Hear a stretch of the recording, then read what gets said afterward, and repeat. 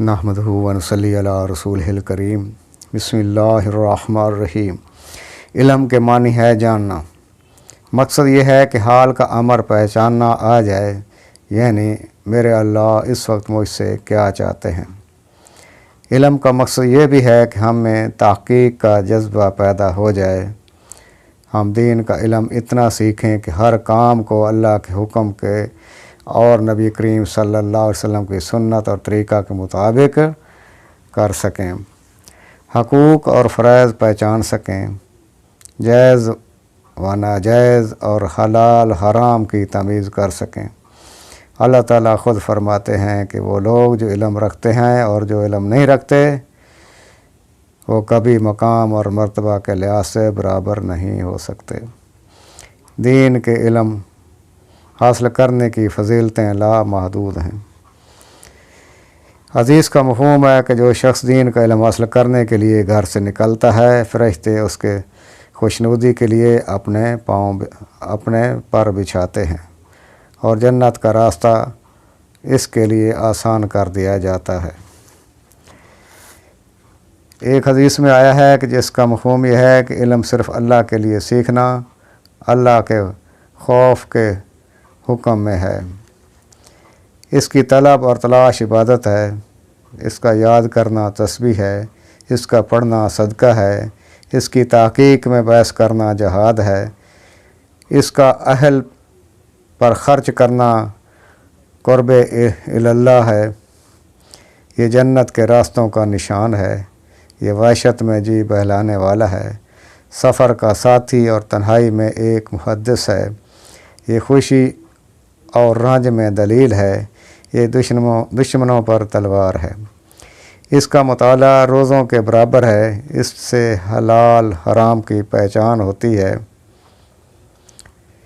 علم عمل کا امام ہے اور عمل اس کا تابع ہے، سعید لوگوں کو اس کا الہام کیا جاتا ہے اور بدبخت اس سے محروم ہوتے ہیں، یہ دلوں کی روشنی آنکھوں کا نور ہے، علم کی وجہ سے بندہ امت کے بہترین افراد تک پہنچ جاتا ہے، حق تعالی شانہ اس کی وجہ سے ایک جماعت علماء کرام کو بلند مرتبہ کرتا ہے کہ وہ خیر کی طرف بلانے والے ہوتے ہیں اور ایسے امام ہوتے ہیں کہ ان کے نشان قدم پر چلا جائے، فرشتے ان سے دوستی کی رغبت کرتے ہیں اور اپنے پروں کو برکت اور محبت کے طور پر ان پر ملتے ہیں، ہر تر اور خشک چیز اس کے لیے اللہ سے مغفرت کی دعا کرتی ہے، حتیٰ کہ سمندر کی مچھلیاں، جنگل کے درندے اور چوپائے تک بھی دعائے مغفرت کرتے رہتے ہیں۔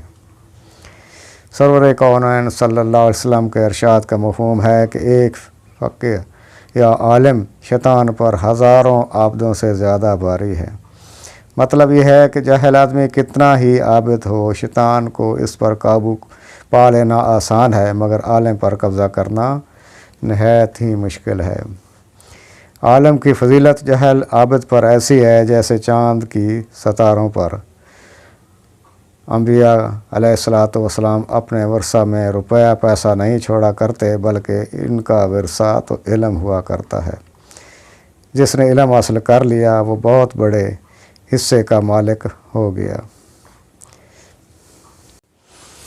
نبی کریم صلی اللہ علیہ وسلم نے ارشاد فرمایا کہ اے ابو ذر، اگر تو صبح کو جا کر ایک آیت کلام اللہ شریف کی سیکھ لے تو نوافل کی 100 رکعت سے افضل ہے، اور اگر ایک باب علم کا سیکھ لے تو خواہ وہ اس وقت وہ معمولی کیوں نہ ہو تو 1000 رکعت نفل پڑھنے سے بہتر ہے۔ حضور اکرم صلی اللہ علیہ وسلم کا ارشاد منقول ہے کہ تم میں سے بہتر وہ شخص ہے جو قرآن شریف کو سیکھے اور سکھائے۔ ایک روایت کا مفہوم ہے کہ طالب علم اگر اپنی صحیح میں کامیاب ہو گیا اور علم حاصل کر لیا تو وہ دوہرا اجر پائے گا، وگرنہ ایک اجر تو اس کا کہیں گیا ہی نہیں۔ جو شخص صبح مسجد میں گیا اور اس کی غرض صرف یہ تھی کہ کسی نیک بات کو سیکھے یا سکھائے تو اس کا کامل حج کا ثواب ملتا ہے، ایک شخص سرور کونین صلی اللہ علیہ وسلم کی خدمت میں حاضر ہوا۔ آپ صلی اللہ علیہ وسلم اس وقت مسجد میں ایک سرخ رنگ کے بچھونے پر تشریف رکھتے تھے۔ اس نے حاضر ہو کر عرض کیا کہ میں علم حاصل کرنے کی غرض سے آیا ہوں۔ آپ صلی اللہ علیہ وسلم نے فرمایا، طالب علم کو مبارک ہو، طالب علم کو فرشتے گھیر لیتے ہیں اور اس کی زیارت کے لیے ملائکہ اس قدر جمع ہوتے ہیں کہ اوپر تلے جمع ہوتے ہیں اور آسمان تک پہنچ جاتے ہیں۔ کسی اچھے کام کی ہدایت کرنے والے کو اس کام پر عمل کرنے والے کے برابر اجر ملتا ہے۔ انسان کے مرنے کے بعد مسلمان کے تمام اعمال منقطع ہو جاتے ہیں، لیکن چند چیزوں کا اجر جاری رہتا ہے۔ ان میں سے ایک علم ہے جس کو سیکھا اور دوسروں کو سکھا کر اس کو پھیلایا۔ علم دو طرح کا ہے، مسائل کا اور فضائل کا۔ مسائل سے عمل کی شکل بنتی ہے اور فضائل سے اس کے اندر روح پیدا ہوتی ہے۔ مسائل تو علماء کرام اور مفتی حضرات کی خدمت میں جا کر معلوم کیے جائیں، دوسروں میں علم کا شوق پیدا کیا جائے، فضائل سنائے جائیں، خود تعلیم کے حلقوں میں بیٹھا جائے۔ فضائل کی تعلیم باقاعدگی سے مسجدوں اور گھروں میں کی جائے، اللہ سے رو کر علم نافع مانگا جائے۔ علم کے ساتھ ذکر ضروری ہے تاکہ ہمارے دلوں میں خشوع اور نرمی پیدا ہو۔ ذکر کا مقصد ہے کہ اللہ تبارک و تعالیٰ کی ذات کا دھیان نصیب ہو جائے۔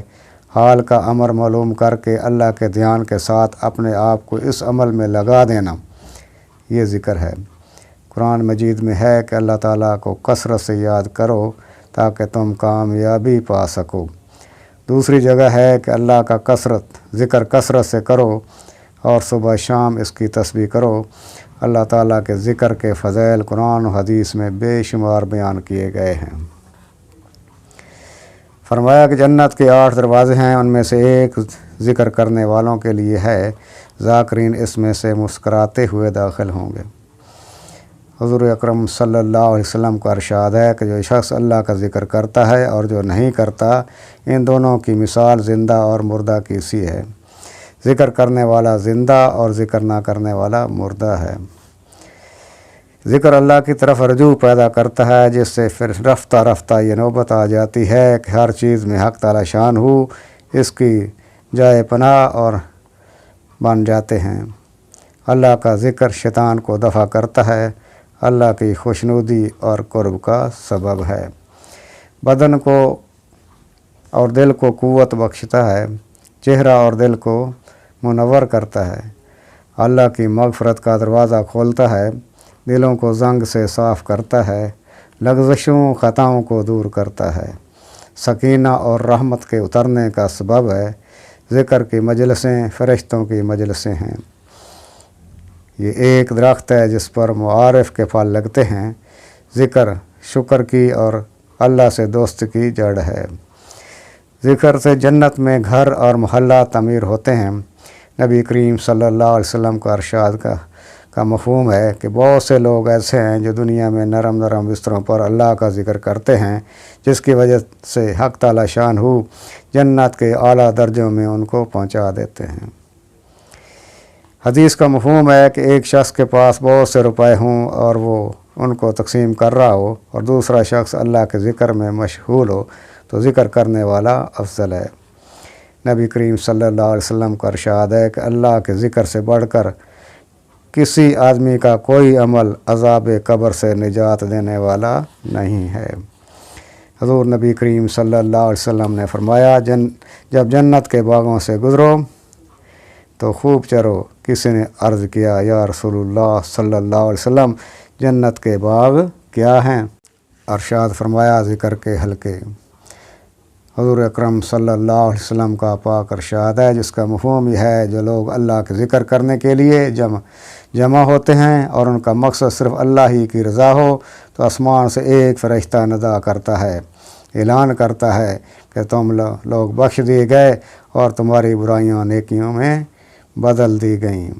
لہذا ہمیں چاہیے کہ ہم ہر وقت اللہ تعالیٰ کا ذکر کریں تاکہ اللہ کی ذات کا دھیان نصیب ہو، خصوصاً صبح اور شام ورد کی پابندی کریں، کم از کم 3 مندرجہ ذیل تسبیحات صبح اور شام اہتمام سے کریں۔ تیسرا کلمہ 100 دفعہ، درود پاک 100 مرتبہ، استغفار 100 مرتبہ۔ ان تینوں اذکار کی بہت فضیلت آئی ہے۔